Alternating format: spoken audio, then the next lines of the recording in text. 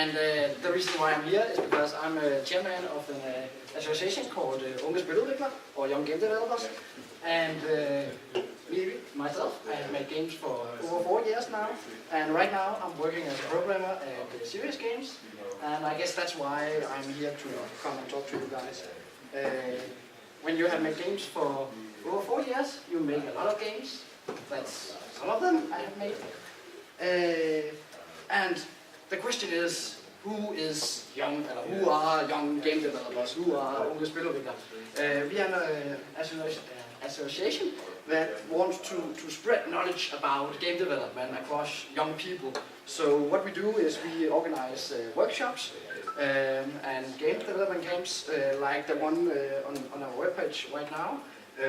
I was in Højre Design after school, which is a school you can take after you have completed elementary school, and we were there for 7 days, I think, teaching teenagers how to make games in Unity. And we are also organizing game jams, just like Jennifer and we are having a game jam, not this weekend, but the weekend after. So if you don't know what to do, go make another game at our mini jam. Which is where? It will be on Aalborg University at Sydhavn, yes. Yeah, which is where tomorrow the Unity lectures are, I told them. Yeah, exactly, yeah. Yes. Okay, so Jennifer talked to me a couple of weeks ago, said, hey, can you teach some guys about programming? And I said, yes. And when we decided, okay, I have 1 hour to teach you guys about programming. And then I realized, okay, for something that has been around for nearly 200 years, how can I teach that in 1 hour? And I've realized that's impossible. So what I want to do instead is just give you an introduction to one of the most basic stuff. And from that point, I want you to remember that you can only learn something by doing it over and over and over and over and over again. So when you're done here with the chain jam, go home and try to make another game in Unity. Just make a punk clone. I made a punk clone as the first game, and it really sucked. When I throw out all the code, start from scratch, try to make a punk clone again, and then it became a little bit better. So what I really want you to remember is just keep going and keep programming all what you can do. And I have this wonderful quote from Gabe Newell, who said something like, "The programmers of tomorrow are the wizards of the future. You're going to look like you have magic powers compared to everybody else." And I think that's a wonderful quote, because it really feels like you have magical power when you program stuff, and especially in Unity, because I remember when I was making my first 3D game, I had a cube and I coded some scripts that make it turn around and go around the camera, and it felt like, wow, I can do this stuff! Oh my god! What? Oh my god! And my head nearly exploded. So what I really want you to remember is that when you start out, something is pretty hard to understand. Programming is pretty hard to understand, but if you keep going and keep programming all the time, you will end up having magical powers at some point. Yes, that was it. My name is Christian, and if you think Unge Spiludviklere sounds pretty interesting, you can check out our webpage. And if you have any kind of questions, you can send me an email. And I'm also on that Twitter thing. Yes, that was basically it. So what we are going to do now is to teach very basic programming stuff. And I guess you were the 3 guys that wanted. I cannot. It seems like Jennifer also wants to listen, so I can just go. Okay. I have JamIT with me. I only knew for like 5 minutes ago that you were also going, so I didn't name you in the slides, unfortunately. But yeah. But yeah, anyways, how many of you have tried to code before? I know a lot of you know a lot of coding. And how many of you are just mostly interested in Unity? I mean, yeah. Well, that sounded wrong. How many of you are here to learn to code, and how many of you are here to learn about Unity? Yes. Yes, all of them. Okay. Anyway. Yes to everything. It's to everything. Then not yet. Okay.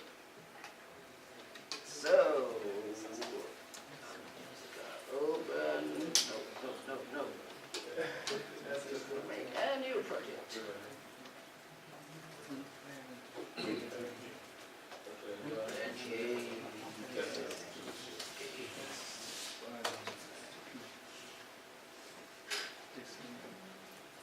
Yes. So, okay. So, Jonathan, what have you been talking about already? I just showed them my demo game, and I showed them how to use the API more or less, and Okay. you know, like open your first script and write one line of code. But that's it. Some Okay. drag and drop stuff. Okay. In that case, I can go about some of the basic interface things. Okay, so have you opened Unity?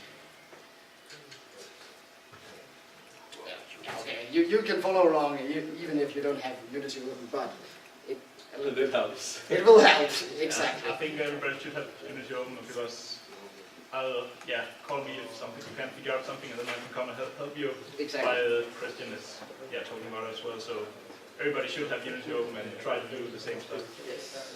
or something. I have tried to make it look like when you open it up for the first time. Yes. Okay.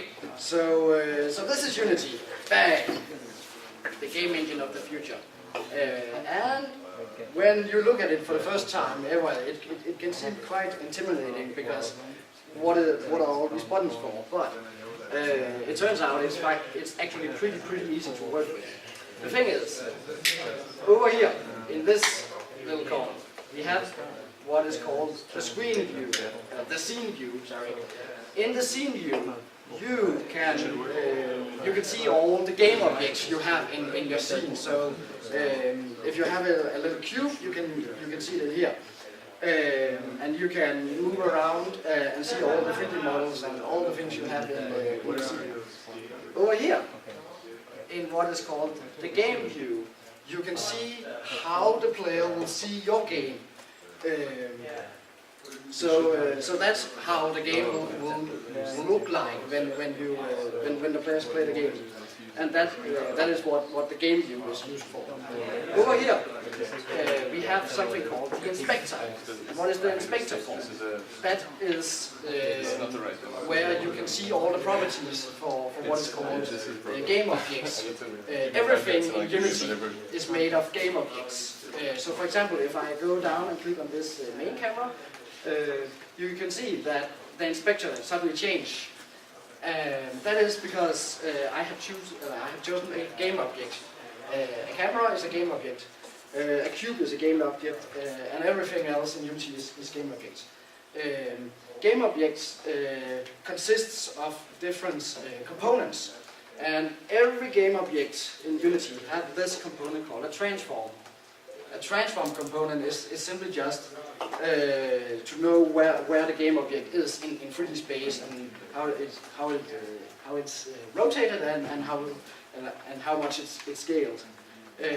Because I have chosen this main camera, it also has a camera component and some other stuff.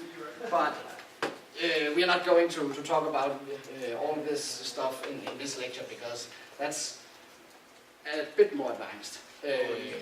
But the key thing to remember is every time you have a game object, you can go check out the properties of this game object in the inspector.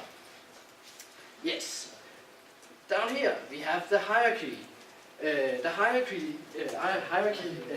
tab is used to get a look, to get an overview. It's called. Over everything that is in your scene. So if you have 3 cubes in your scene, there will be 3 cubes, if I can speak, in your hierarchy. Over here we have the project view. The difference between the hierarchy and the project view is that everything you have in your entire game you can access from the project, but only the things that you have in your hierarchy is used in the scene. So for example, if you have some textures for a forest and you have some textures for I don't know, a desert or something like that, only the desert textures will show up in the scene of the with your desert, but all the textures can be found in the project. So yeah, that's the basic of Unity. Also, when you're programming, you will also need the console. The console is not shown up at default. Actually, I think when you start Unity up, it looks like something like this. Actually, the way you find the console is go up to Window, click on Window, and you can see at the bottom there's this thing called Console. When you click on it, you get this. What I often do is I can go up and click on the console tab, it's called, with the left mouse button, and I can drag it around. And very often I drag it over here. Nope, not there. I have this very small window, so it's there it is. So what is the console used for? Every time you go around, every time you program stuff, you very often want to know this variable, what value does it have, why is my collision detection not working, and all that stuff. When all these problems happen, you want to send information to your console so you can more easily figure out why your code is not working. And I will show that a little bit later how to do that. So yeah, that's the basic tour of the Unity of the interface of the Unity. So we want to code something. What should we code? We can make a cube move, for example. So in order to get a cube, I want to have I can go up and click on the game object tab of the menu, and I can click on create other. And then I can click on cube, and bam, I have a cube. Unfortunately, it seems that this cube is pretty small. In fact, it's not small. The thing is, the camera is just pretty far away from the cube. But what I can do instead is I can have the mouse over the scene view, and then click on F. Boom! And then suddenly I have my cube. As you can see, when I have marked the cube in hierarchy, we can see here that the position of the cube is in 0, 0, 0, which is pretty fine. And if I go over to the camera, you can see here that we have a little camera preview of how the game looks like right now. I can also go to the game view and have the complete same picture. So we have this little cube, but right now it seems pretty dark. What can we do about that? Well, one thing to remember is when you start out with a Unity project, there is no light in the scene, so we have to add a light manually. But as I told before, everything in Unity is a game object, and therefore light is also game objects. So the way we can add a light is to go up to game object, click on create other, and we can have 4 different kinds of lights. The difference between these are that directional light, which is the first one, is just like having like a sunbeam going in one direction. And that means that everything that are angled to the light in that direction will get a light. Point light is like having what is called? Point light is just if you have light coming from one light source, for instance the sun. Directional light is like the sun. You just have a directional light, while the point light is more like a small light bulb. So if you go further away from it, the light will fade more out, and and if you move around it, the light will shine you from the direction that's coming. Just as with a regular light bulb. Exactly. A spotlight is just like a spotlight when, for example, if you have a scene and you have a light source up here pointing at something, that's the spotlight. And the area light is something I have been told never to use, actually. I'm not sure, but I have never used it. But I think the spotlight is very useful if you're making a racing game and want a car to simulate the light from a car, for instance, where it's only the area in one direction that's lit up. Yeah. Okay, but we want to have some light, so I can just choose the directional light, and bam! Suddenly my cube is not black anymore. If I want to change the direction of the light, I can go over to the directional light here and click on the rotation, and I want it to just be 0, 0, 0. So right now the light are pointing directly onto the cube instead of having a different angle. Okay, so we want this cube to move. How do we do that? Well, first off, we need to make a script, and in order to make a script, we can just click this button in the project view called Create. And when I do so, I get this list of all the things. I don't know, have we been talking about which program language they should use, Jonathan? Because I haven't said any. I just showed them C#, but I'm thinking about it actually. Always showing C#. Yeah. Exactly, use C#. If you go to a job interview and say, hey, I have made this game in JavaScript, people are just going to laugh at you, seriously. Anyway, so we are going to use C#, and the way we create a C# script is simply just clicking on it, and bam, we got this new behavior script. But new behavior script is pretty bad name for our script, so instead we just rename it to move, and I can do this. So, and now we have a move script. And as you can see over here, we get a preview of how the code looks. But we want to change it. And how do we change it?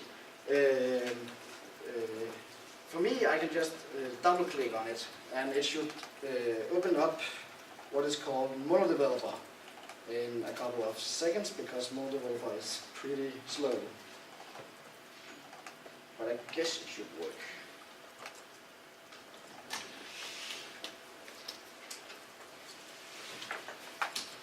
Dance. Oh, this? Oh, that's fine.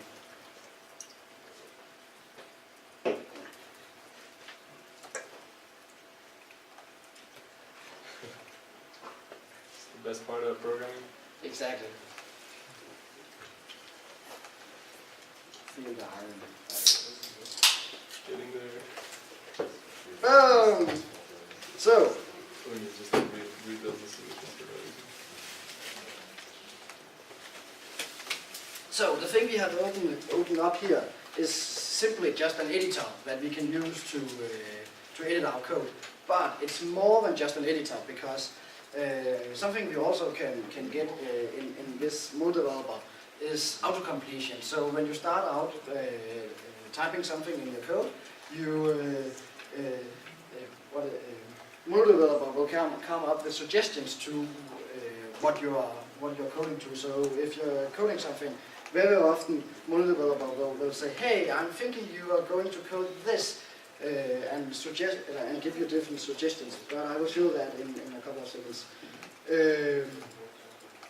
The first thing to remember is that when we have the script and compile it, and everything should work, and for some strange reason it doesn't work at all, it's because when you have a script, you have to attach it to a game object. And the way we simply attach a script to a game object is just click on it and drag it to the game object we want it to work with. So, and because we want this cube to move, we can just drag it to the cube.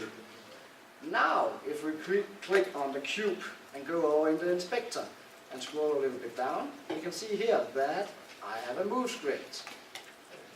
Fantastic. Okay, so if I go back to my little if I want something to move, I probably need a speed to adjust how fast it should move. And in order to remember how fast a cube is moving, I need to have a variable saving this information. So, what is a variable?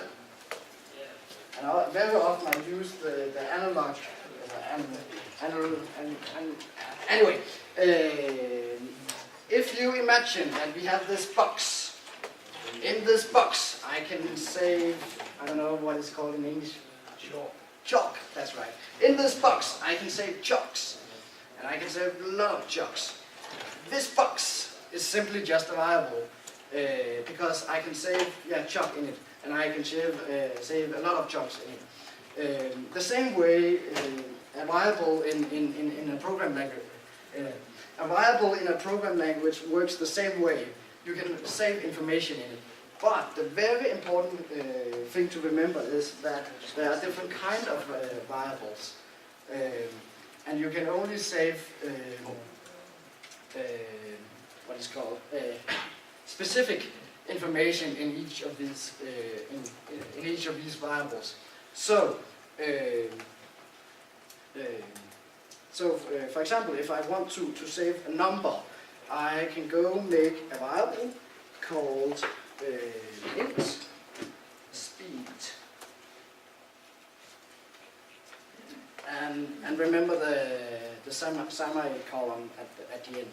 So, what I have done here is I have made a variable, and it's right now it can only contain ints, which is whole numbers, not 2.5, 4, 6, 7, something. But it can only contain whole numbers. The reason why I wrote speed is because now I can access this variable at some point in my script. And the reason why I'm using the semicolon is to tell C# that now I'm done. Now I have made this variable, and there's nothing more to remember right now. The thing is that there's also another thing you can use when you are making variables, and that's an accessor. An accessor is to tell C# who should be allowed to access this variable. And there are two basics to remember that. The first one is public, and the second one is private. So, for example, if I make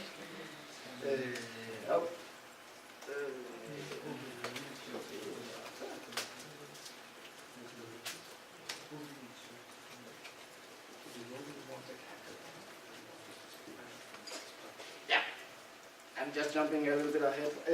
So, for example, the first variable up here is public, and that means that every script in our entire game can access this variable and change it. On the other hand, I have this variable called private. The private variable can only be accessed from this script. So no one else in the entire game, in the entire project, can access this variable. Yes, and as you might have spotted, I did something different with this variable.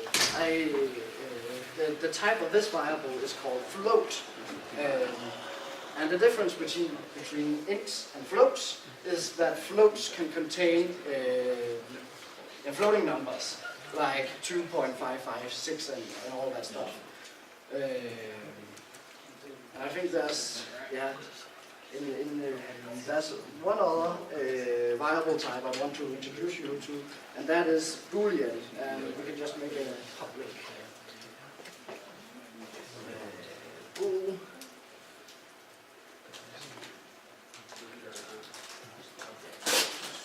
Like that.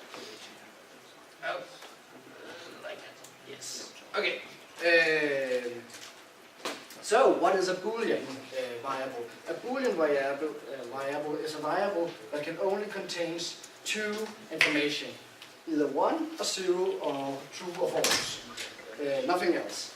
So, what you can do with Boolean is that you can simply use it to check for different conditions in your game. For example, has the player jumped? Could be an example. Okay. So now we have variables, and I'm already running out of time, I think. How long do I have? We have the room until 8, but I'm not sure that I can talk so long, but okay. Okay. But yeah, I think we should get more unity. I think also because I think it's only the front row who haven't programmed before. I think the rest, I think, know most programming. So I think it's more unity specifically. Okay. Yeah, we can do more personal teaching afterwards or something. Yeah.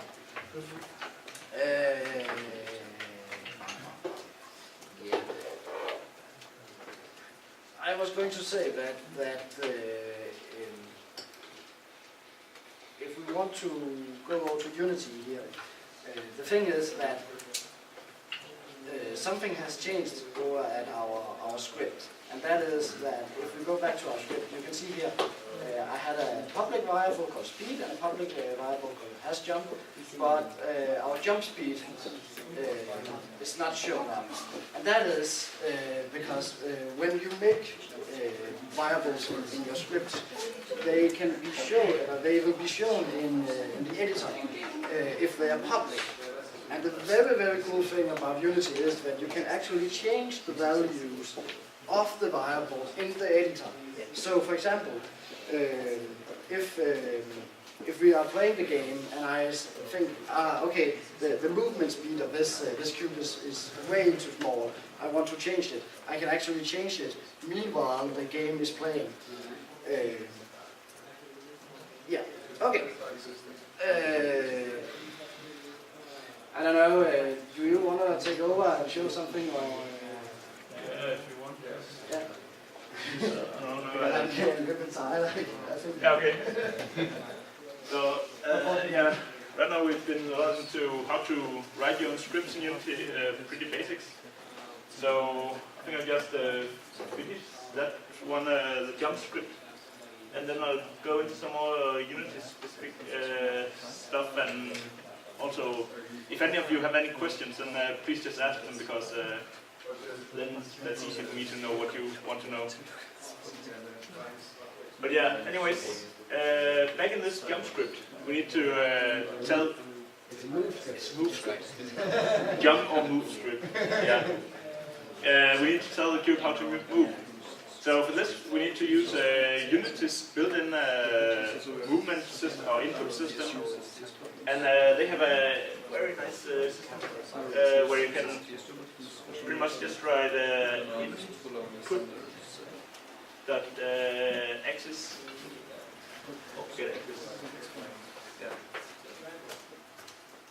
And then we need a name for the axis, and Unity has already set up a few axes for us, for instance, jump, horizontal and vertical. So we'll just try with horizontal here, so we can get the axis of the horizontal movement. And this is string, so it's very important to write it exactly as it is here. This one returns a number between -1 and 1.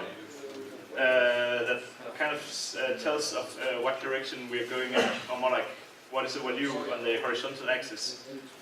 Which means if we press left, the number will go to -1, and if we press right, the number will go to 1. While if we don't press anything, the number will go back to 0. This means that we don't have to worry about if you're using WASD for controls, or if you're using the arrow keys for controls.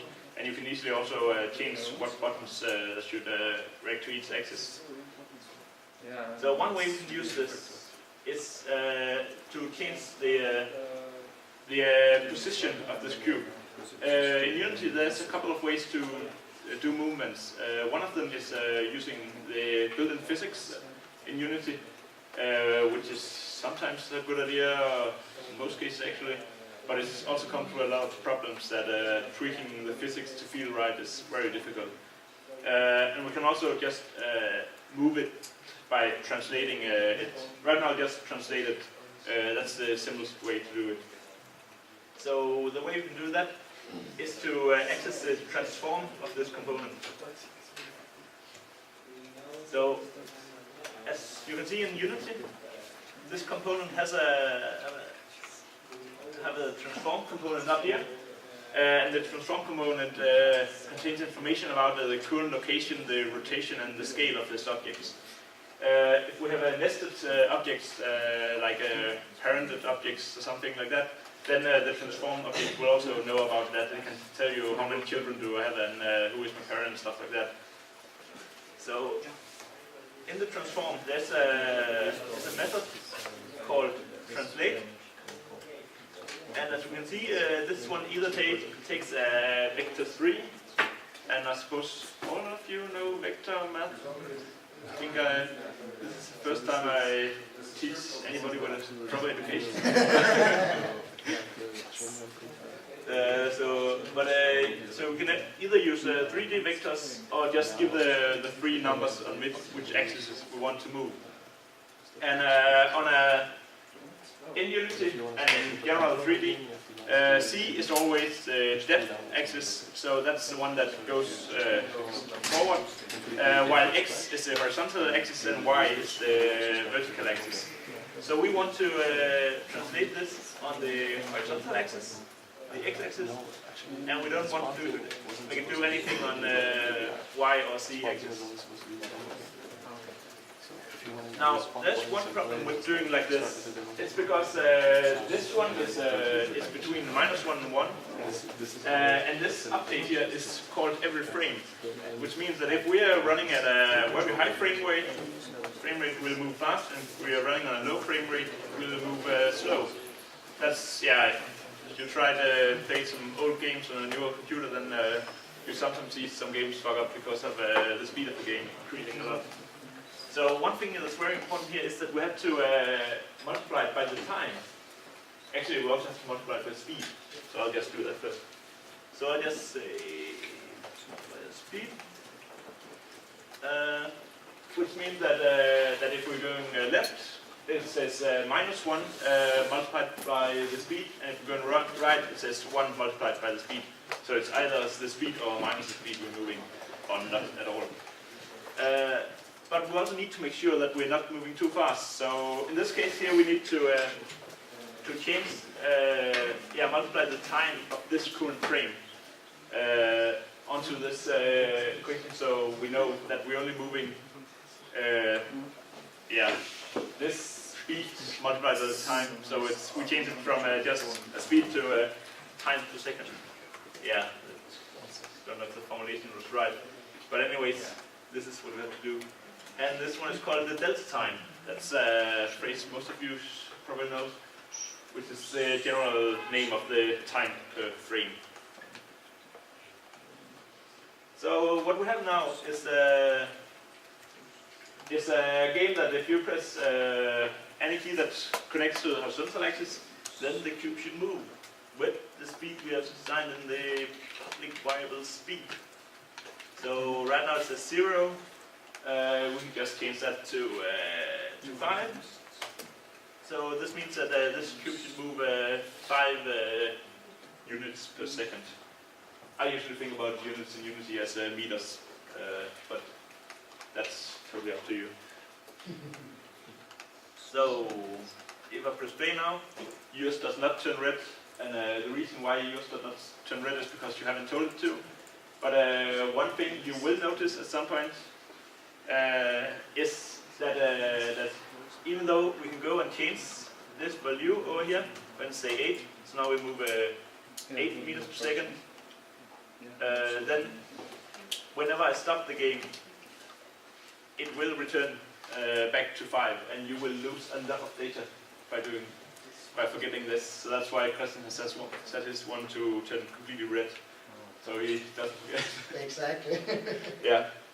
But anyways, now we have an object that can move when we press left or right.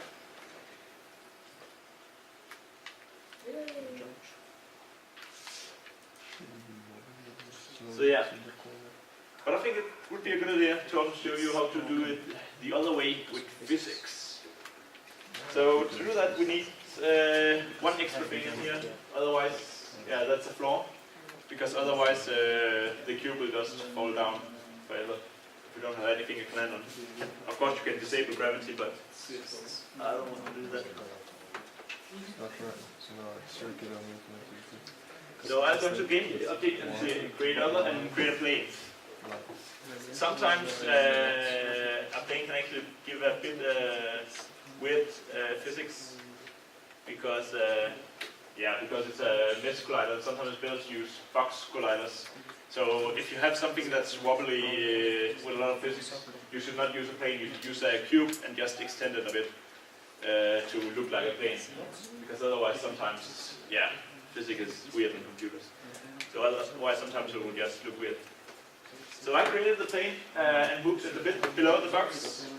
And now I want to go back to the box again. So I click on the box, and we need to add some physics to it. So what we need to add is something called a rigid body, which in physics simulation is the term for a movable object that needs to be simulated. I think the theoretical term is something about something that cannot be bended or anything, and it can't adhere either. But it's, we just go to, this is a component we need to add. So we go into component, physics, and rigid body. Bam! We have a rigid body here, and as you can see, the rigid body has some different information here. For instance, we have the mass, which is the mass of the rigid body. We have the drag, which is it can be interpreted as just drag from wind, for instance. So if we want to, how fast it should slow down after it's been set in motion. And then we have angular drag, which is the same, just for angular velocity when it's rotating. And is kinematic. Kind of just means that this one should not be allowed to move. So if you have something that should never be allowed to move, then you do not want to use is kinematic. You just want it to not have a rigid body attached to it. But this one, if you take this one off, then there will not be simulated physics for it, only collision and stuff. So that's if you make a game with a wall that sometimes can move, then you can tell it to be kinematic. But otherwise you wouldn't want to use this. Or if you want some of the benefits from physics and still translate it, but you don't want to do that. Use gravity is pretty self-explanatory. The interpolation here, you only need to touch that if you're doing something that moves very fast, because that's just if you want a better collision detection for it, but the regular collision detection is pretty good, so you don't need to touch that. This one down here, the constraints, is not something you necessarily will need. If you make a 2D game, you need this, because this is telling that that it should only be able to move in some certain directions. And as I told, the Z direction is straight ahead, down into forward. So if we make a 2D game, we will never want it to move in the Z direction. So we would freeze it on the Z axis, and we would also only want it to rotate along the Z axis. So this is how you do if you make a 2D game. If you make a 3D game, you sometimes don't want to touch these. So I'll just pretend this is a 2D game and keep these settings here. And I'll say that my box weighs 10 kilo. So now, if I try to go back into the game view, just press play, and you can see the box fall a bit down there. I just split this one up. If I grab the box now and lift it up and let go of it, you can see that it falls down again. And if I rotate it a bit,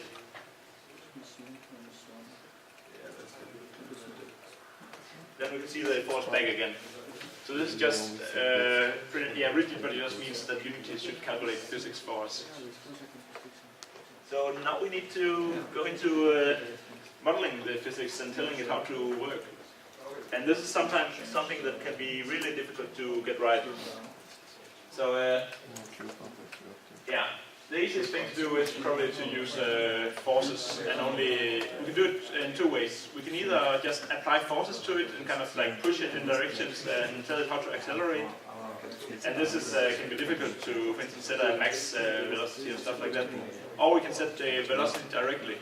But if we set the velocity directly, we need to take care that, for instance, if it's falling down, we should not reset the downward velocity. So this is something that might not make that much sense until you actually try to do it. But let's just delete this line here. And instead we'll just tell it how to jump. So what we want to do now is to see if the player is pressing the jump button down. And in Unity that's assigned a space by default. So we'll ask a question, and I suppose everybody know what an if statement is, or okay. So if, and we go to the input again, and now we use something that's called get button. And as you can see, there's three variations of this: get button down, and get button up. Get button is telling us what is the current state of the button. So if we ask get button jump, then we will be told is the jump button currently being held down. While get button down means was the jump button pressed down this frame, which means we will only get at the frame that the jump button was pushed down. Get button up is telling us was the button released this frame. So we'll ask you get button down. Otherwise, if you want to make a jetpack, you should use get button. If you want to do a jump, you should use get button down. Unless you want to be able to jump if you just hold down the button while running. Then you need some other stuff.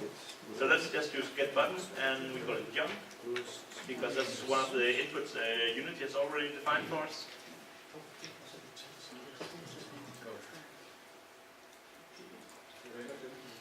And now, before we try to access the transform of the component, of the object, to get it to move, now we need to access the rigid body of the object. And what we want to do here is to add a force. And I think I'll just use a vector here because that's so much easier than the other stuff. So I will write vector 3. Vector 3 dot up. This is just a vector that points one positive in the y direction. So yeah, points in the direction up with the length of 1. And I'll multiply it by the jump speed.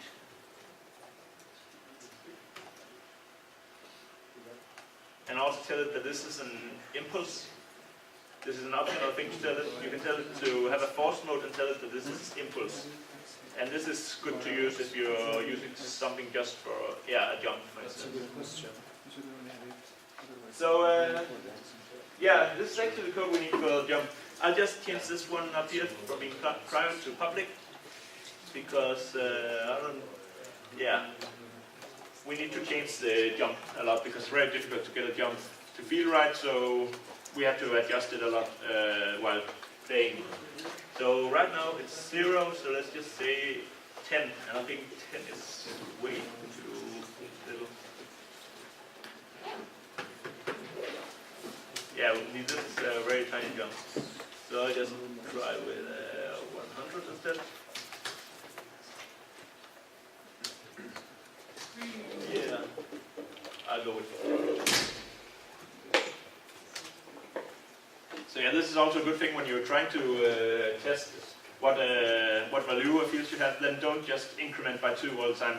Go to something you know is too high, and then see how much too high was it, and then take half of it and kind of that gives a faster iteration towards the right thing. Okay, there's a lot of stuff we can do in Unity. So I actually would like to know what you guys want to know. because otherwise I'll just tell something and then we can stay here for 24 hours and I'll still tell something. So yeah. I was thinking something about graphics and what it's called. I don't know. Oh, an animation? No, more like Textures. textures, yeah. Yeah. Well, that's quite easy. You either have your own graphics. This is a project folder. So if I just right click on this and say Show and Explore, then I go to the Unity and go into the Assets folder. This is the folder where you have everything you're using is in here. So that means that if you want to have a texture, you just put it in that folder. I don't have any textures here, so I just use one of the ones that, some of those that Unity already have for us. So if you click the Assets and say Import a package, and then there's a lot of packages in here, so I just take the terrain assets. You don't need to do this, you can just use your own graphics if you have something like that. But I just like to use this one. And then I'll take the textures folder.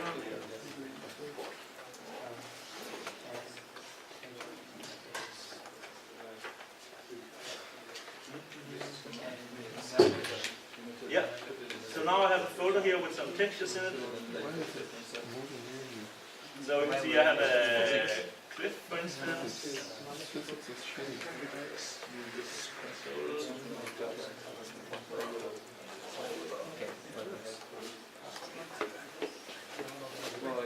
Yeah, so I have a cliff texture or a grass texture and some different textures.